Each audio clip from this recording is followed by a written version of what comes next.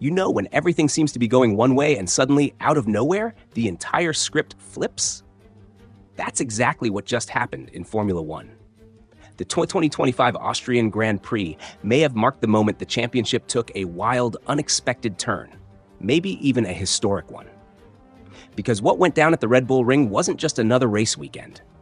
No, this was something else. This was the race that shook the very foundation of the title fight. Lando Norris took a massive step forward. Verstappen, he might have just taken his last breath in this championship battle. And now we've got tension, drama, betrayal, and a power shift brewing right before our eyes. So let's dive into it, because this isn't just about cars going in circles. This is about pride, pressure, and a possible collapse from a team that not long ago looked completely untouchable.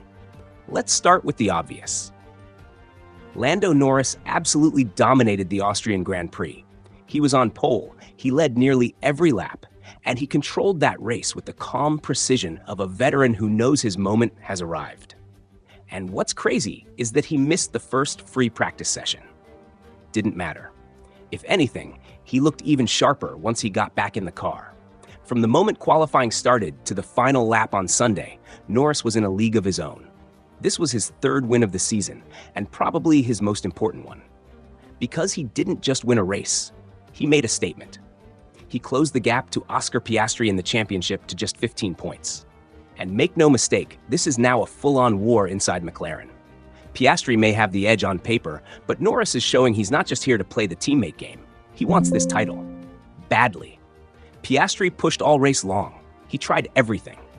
But Norris was unshakable.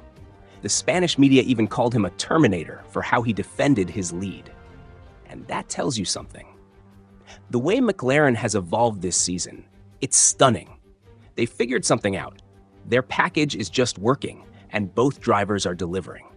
But if you think having two top-tier drivers fighting at the front is only a good problem to have, think again, because managing this rivalry could be McLaren's biggest test of the year. Now, if Norris was the hero of the weekend, Max Verstappen was. Well, he was the opposite. Let's not sugarcoat it. This was one of the worst weekends of his recent career. The Dutchman didn't even make it out of the first lap. He was taken out in turn 3 in a collision with Mercedes rookie Kimi Antonelli. And just like that, Verstappen's race was over. First lap retirement. First time that's happened to him since Silverstone 2021. And it couldn't have come at a worse time. He's now 61 points behind the leader. Technically, he's still in the fight. But realistically, even Red Bull admitted publicly that their championship hopes are all but over. That's not something you hear from Red Bull. Not Christian Horner, not Helmut Marko, not anyone. That alone tells you how bad things really are behind the scenes. And what Verstappen did after the crash? It's honestly more telling than the crash itself. Instead of fulfilling his usual media duties, he decided to watch the 24 hours of Spa. He tuned into an endurance race instead of facing the fallout of his own season unraveling. That's strange, even for someone like Max. The Dutch media didn't hold back. They said it loud and clear. Verstappen looks mentally checked out, like he's already accepted that 2025 is lost. He even said it himself.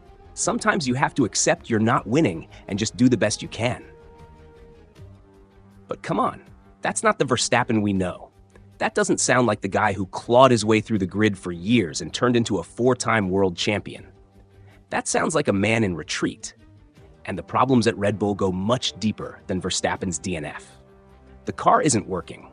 Sergio Perez has been nowhere near the front. And now, rumors are swirling that Max is being courted openly by rival teams. The Australian press went as far as saying it feels like Red Bull is burning from the inside out. The house is on fire, and nobody seems able to put it out. International media aren't pulling punches either. The Times in the UK reported that while Norris sent a clear message about his title ambitions, Red Bull threw in the towel, publicly, which is unheard of. This team has been the dominant force in F1 for the past few years. For them to give up before the season's even over? That's not just desperation. That's a full-blown identity crisis. And that wasn't the only controversy in Austria. Oscar Piastri had his own moment of drama when he absolutely exploded over team radio during the race. Franco Colapinto, driving for Alpine, pushed him off the track during an overtake. Piastri was furious, and his message wasn't subtle. He straight up accused Alpine of still trying to sabotage him years after he left. Let's not forget how messy that 2022 exit was. Piastri had signed with McLaren while Alpine still thought he was staying. It was a contract dispute that turned into a soap opera, and now in 2025, those scars are still there. French media jumped on this instantly. They saw it for what it was, a rekindled rivalry that goes way beyond the track. And for Alpine, this was terrible PR. They're already struggling to stay competitive. Now, they've got one of their most talented former drivers blasting them live on race radio, saying they're still messing with him. It paints a picture of a team that hasn't moved on, and that others haven't forgotten how badly they handled things. Meanwhile, McLaren is thriving.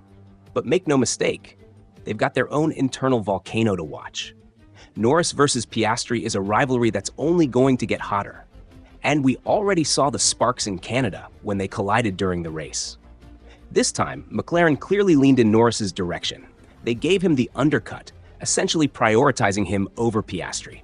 That's not nothing. That's a message. They're picking sides, or at least they're starting to.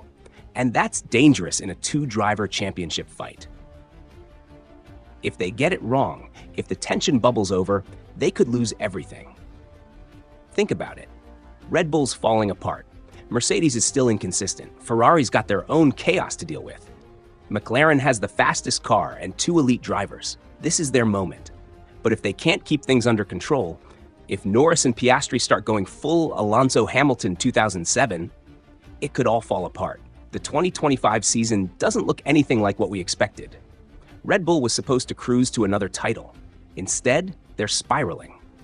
Verstappen might be halfway out the door. McLaren is the new top dog, but they've got a fire inside their own garage. The international media are split. Some are celebrating the rise of Norris. Others are asking what's really going on behind closed doors at Red Bull. The American press pointed out something really interesting. They said Verstappen still seems mentally unchanged, still putting on the same calm face. But 61 points is a canyon. He's going to need something miraculous to get back into this title fight. And with every race that goes by, that miracle looks less and less likely. So what's next? The upcoming races are going to define not just this championship, but the future of some of the biggest names in Formula One. Can Verstappen bounce back mentally from this nightmare season? Can Red Bull find their footing again? Can McLaren keep their house in order as the pressure builds? Because make no mistake, this is no longer the Verstappen era. Not right now. This is something new.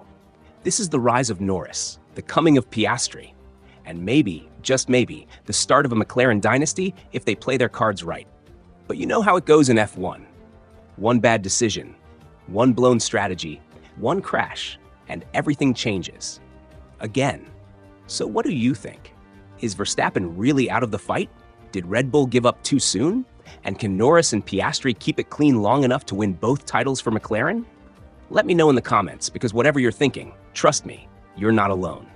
This season's chaos is just getting started.